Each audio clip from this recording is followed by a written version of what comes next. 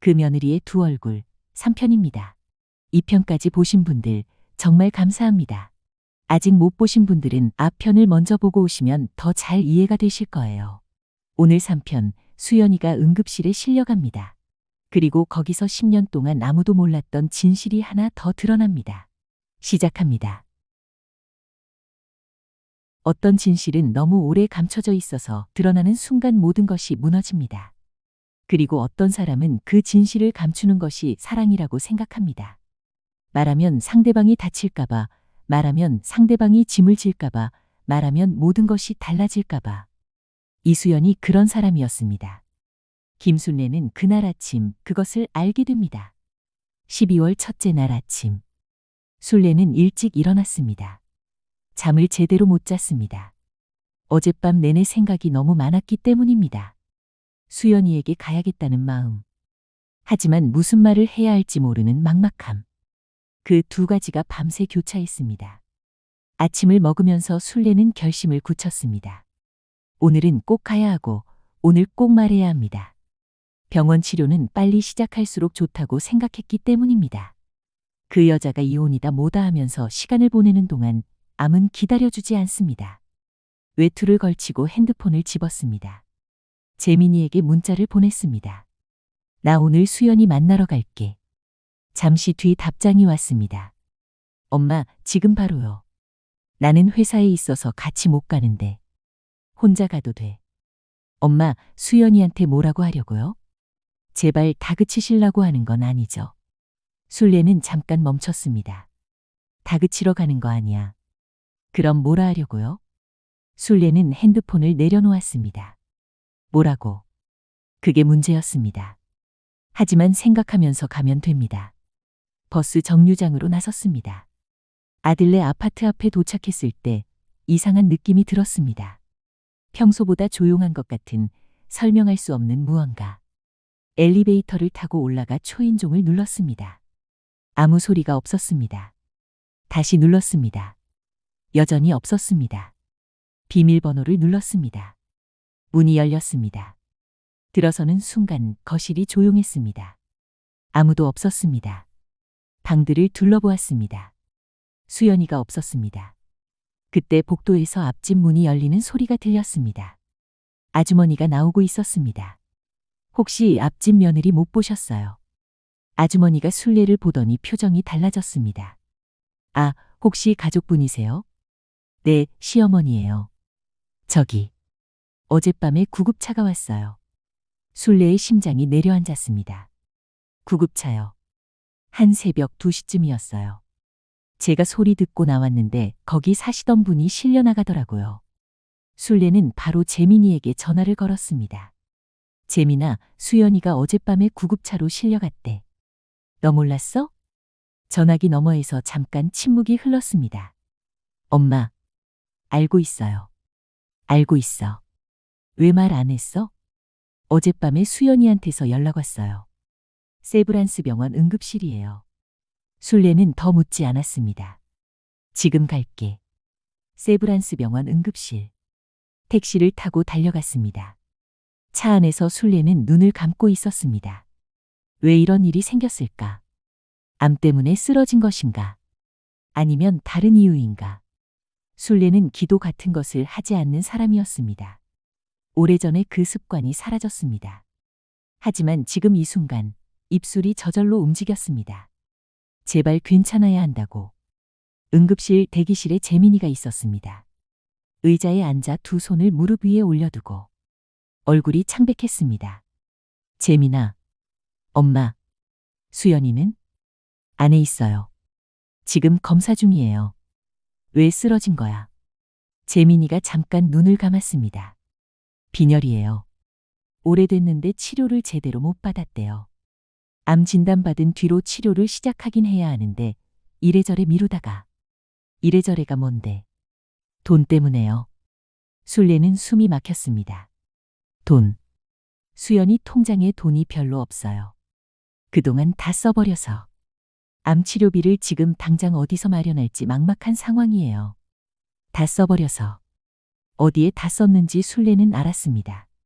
시어머니 병원비, 남편 생활비, 자신을 위해서는 쓰지 않은 돈들. 1시간쯤 지나서 의사가 나왔습니다. 보호자 되시나요? 네, 남편이에요. 재민이가 앞으로 나섰습니다. 순례는 그 옆에 섰습니다. 현재 상태는 안정적이에요. 심한 빈혈과 탈수였는데 수액 처치로 호전되고 있어요. 오늘 입원하시고 내일 좀 더 살펴봐야 할 것 같아요. 다른 문제는 없나요? 의사가 잠깐 망설였습니다.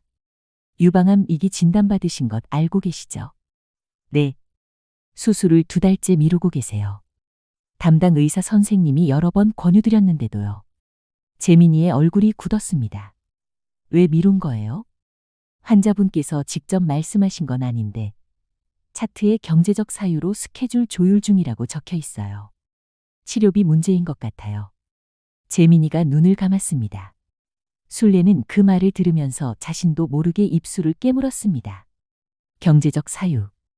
2달을 미루고 있었습니다. 암 수술을. 경제적 사유로. 그 경제적 사유가 어디서 왔는지 순례는 알았습니다. 자신의 병원비를 내고 아들 생활비를 채우고 자신을 위한 치료비가 없어진 것입니다. 의사가 한마디를 더 했습니다. 한 가지 여쭤봐도 될까요? 네. 환자분이 아이를 가지기 어려운 상황이에요. 혹시 알고 계셨나요? 재민이가 의사를 바라보았습니다. 어떤 의미예요? 유방암 치료를 위한 호르몬 치료가 임신에 영향을 줄 수 있어요. 그리고 사실 환자분께서는 이미 몇 년 전부터 관련 검사를 받아오셨더라고요. 처음 이상 소견이 나온 게 4년 전이에요.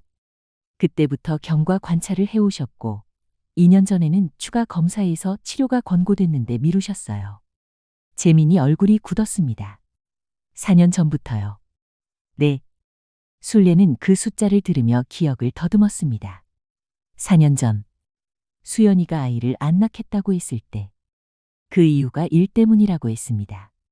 하지만 진짜 이유는? 의사가 자리를 뜨고 2사람이 복도에 남았습니다. 재민이가 벽에 등을 기댔습니다. 고개를 숙였습니다. 엄마. 응.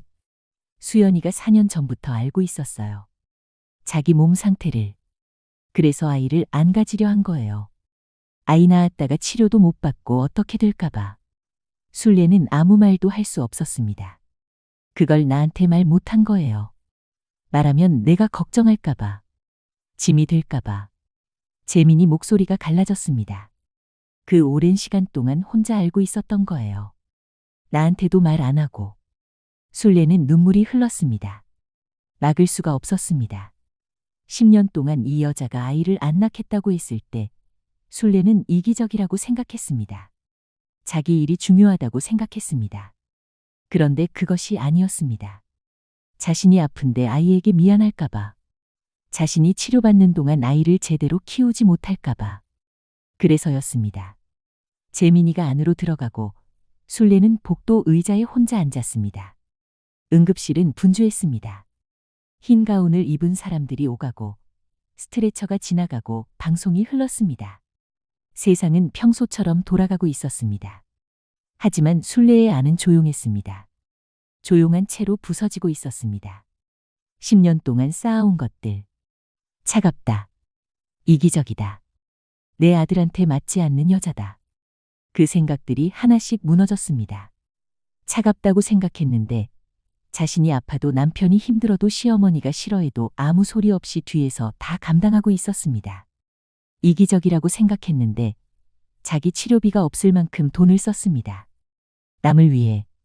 아이 안 낳는다고 했을 때 순례는 얼마나 그 여자를 밉게 봤습니까? 어머니 될 사람 앞에서 본인 일이 중요하다고 하는 여자라고. 그런데 그 뒤에 이런 사연이 있었습니다. 얼마나 지났을까? 재민이가 복도로 나왔습니다. 수연이가 깨어났어요. 순례가 일어섰습니다. 대답대신 걷기 시작했습니다. 커튼이 쳐진 응급실 침대 앞에 섰습니다. 재민이가 커튼을 조금 젖히자 수연이가 침대에 누워있는 모습이 드러났습니다. 팔에 수액이 꽂혀 있는 채로 얼굴이 창백했습니다.